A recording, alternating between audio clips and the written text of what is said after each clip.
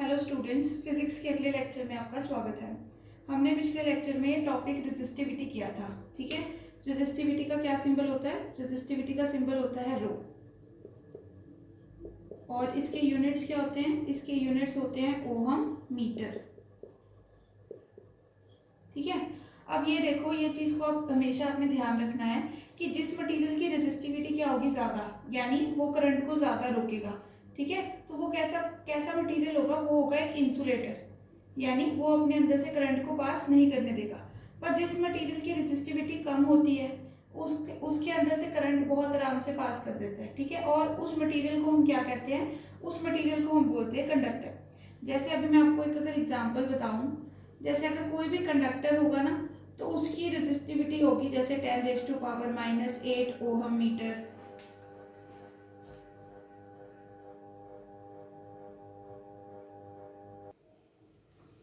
10⁻⁻8 ohm metre से लेकर 10⁻⁻6 ohm metre तक इसकी रेजिस्टिविटी हो सकती है कंडक्टर की। अब आप देख रहे हो ना, 10⁻⁻8 का मतलब क्या हुआ? 10 के नीचे कितनी जीरोस? 8 जीरोस, यानी वो बहुत कम है ना, बहुत कम रेजिस्टिविटी होती है कंडक्टर्स की। वेयर एज अगर इसी की जगह पे अगर आप कोई इंसुलेटर लेके चलते हो, ठीक है, तो इंसुलेटर की रेजिस्टिविटी कैसी होगी? वो होगी 10⁻12 ओहम मीटर से लेके 10⁻16 या फिर 17 ओहम मीटर तक, इतनी ज़्यादा रेजिस्टिविटी। यानी यहाँ पे क्या होगा? 10 और उसके पीछे कितनी जीरोस? 12 जीरोस, और इसमें 10 डिवाइडेड बाय 8 जीरोस, तो कौन सा पड़ा हुआ? यही पड़ा हुआ ना। तो यानी इंसुलेटर की रेजिस्टिविटी बहुत ज़्यादा होती है और कंडक्टर की रेजिस्टिविटी बहुत ही ज़्यादा कम होती है। ठीक है, पर अब ये जो हमारे एक तो हो गए, अब जो मेटल्स होते हैं ना हमारे, वो ज़्यादातर क्या होते हैं? कंडक्टर होते हैं। और जो हमारे नॉन मेटल्स होते हैं वो ज़्यादातर क्या होते हैं? हमारे इंसुलेटर्स होते हैं। अब इन्हीं के बीच में एक और मटेरियल बनते हैं, उनको हम क्या बोलते हैं? एलॉयज। अब एलॉयज समझो क्या होते हैं? एलॉयज होते हैं जो मिक्सचर से बने। जैसे मान लो दो मेटल को जोड़ के या दो नॉन मेटल को जोड़ के या एक मेटल एक नॉन मेटल को जोड़कर जो एक नया तरीके का मटेरियल बन जाता है, उसको क्या बोलते हैं? एलॉय। जैसे आपका स्टील होता है, स्टील के बर्तन होते हैं ना हमारे घरों में, स्टील भी क्या होते हैं? एलॉय। ये लोहे को और कॉपर को दोनों को मिला के बनाया जाता है। ठीक है, तो जो एलॉयज होते हैं ना हमारे, तो एलॉयज के पास एक अलग सी प्रॉपर्टी होती है। इनकी रेजिस्टिविटी तो ज़्यादा होती है, मतलब ये अपने अंदर से करंट को तो कम पास करने देते हैं, पर इनकी एक और प्रॉपर्टी होती है क्या? कि ये ऑक्सीडाइज नहीं होते। ठीक है, जल्दी जल्दी ऑक्सीजन के अंदर कन्वर्ट नहीं होते। जैसे आयरन है, अगर आपने आयरन को बाहर रखा तो वो पानी और हवा के कांटेक्ट से इस पे क्या लग जाएगी? रस्ट लग जाएगी। रस्ट लगने का मतलब वो क्या बन जाएगा? Fe2O3 के अंदर कन्वर्ट हो जाएगा, यानी क्या हो जाएगा? ऑक्सीडाइज, ऑक्सीजन जुड़ जाएगी उसके साथ।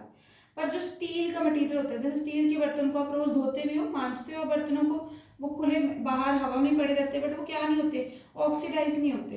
तो ये एलॉयज जैसे मटेरियल को क्या किया जाता है? इनको इलेक्ट्रिक हीटर, इलेक्ट्रिक फर्नेस में यूज किया जाता है। जैसे हीटर के अंदर जो एक रॉड लगी होती है ना, ऐसे जो लाल हो जाती है गर्म होने पर, ठीक है, और जहां से आपकी हीट निकल रही होती है, वो किससे बनती होती है? एलॉय से बनती होती है।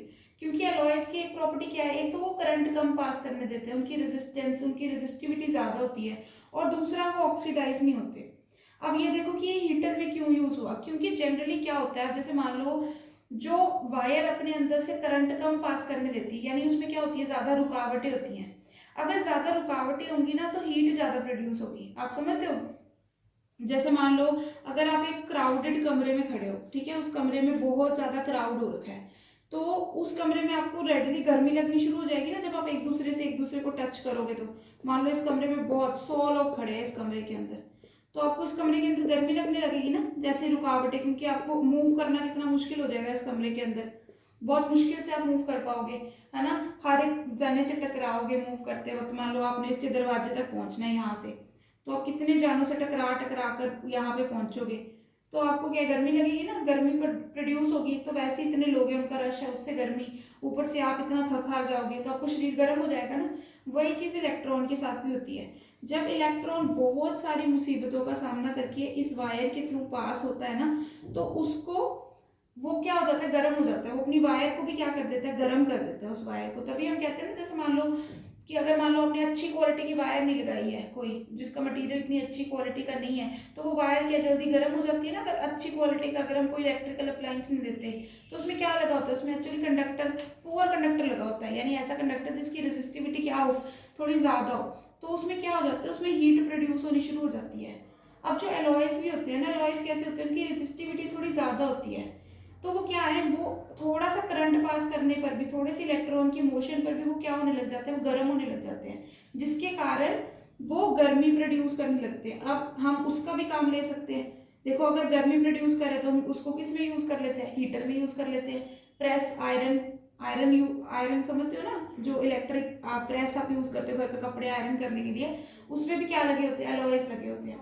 एक दूसरी बात क्या कि जैसे जनरली अगर आप कोई नॉन मेटल ले लो, ठीक है, अगर उससे तुम ऐसी ये चीजें बनाने की कोशिश करो तो वो क्या हो जाएंगे, वो ऑक्सीडाइज हो जाएंगे। ठीक है, ऑक्सीडाइज हो जाएंगे तो वो हमारे काम के लिए रहेंगे। जैसे लोहा है, अगर उसको जंग लग जाए तो हमारे काम का रहता है, नहीं रहता ना, वो कमजोर हो जाता है। तो उसी तरीके का काम इनमें भी होता है। ये क्या होते हैं एलॉयज, ये ऑक्सीडाइज नहीं होते, यानी ये जैसे हैं वैसे के वैसे पड़े रहते हैं। ठीक है, समझ गए। इसके कारण हम एलॉयज को इलेक्ट्रिक हीटर, इलेक्ट्रिक फर्नेसेस, वो सब कुछ चीज बनाने में यूज करते हैं। अब आपको समझ में आ गया एलॉयज की प्रॉपर्टीज क्या है और उनकी रेसिस्टिविटी हमें कैसे फायदा देती है। अब हम कुछ क्वेश्चंस करेंगे, कुछ न्यूमेरिकल्स है। इसके बाद आपके अब तक के हमने जितने भी टॉपिक पढ़े उसके रिलेटेड कुछ क्वेश्चंस दिए हुए हैं आपकी एनसीईआरटी की बुक के अंदर। हम उन क्वेश्चंस को वन बाय वन सॉल्व करेंगे अपनी इस वीडियो में भी और आने वाली वीडियोस में भी। जैसे आपका अब पहला क्वेश्चन क्या है, how much current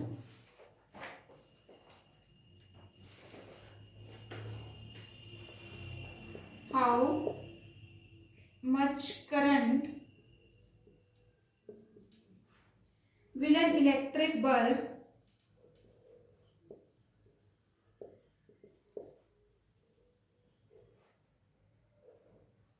draw from 220-volt source if its resistance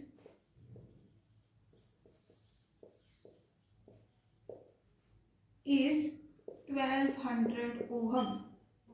ठीक है, अब समझो, ये बहुत सिंपल सा क्वेश्चन दे रखा है। इन्होंने बोला है कि इलेक्ट्रिक बल्ब कितना करंट खींच पाएगा, कहाँ से, 220 वोल्ट सोर्स में से।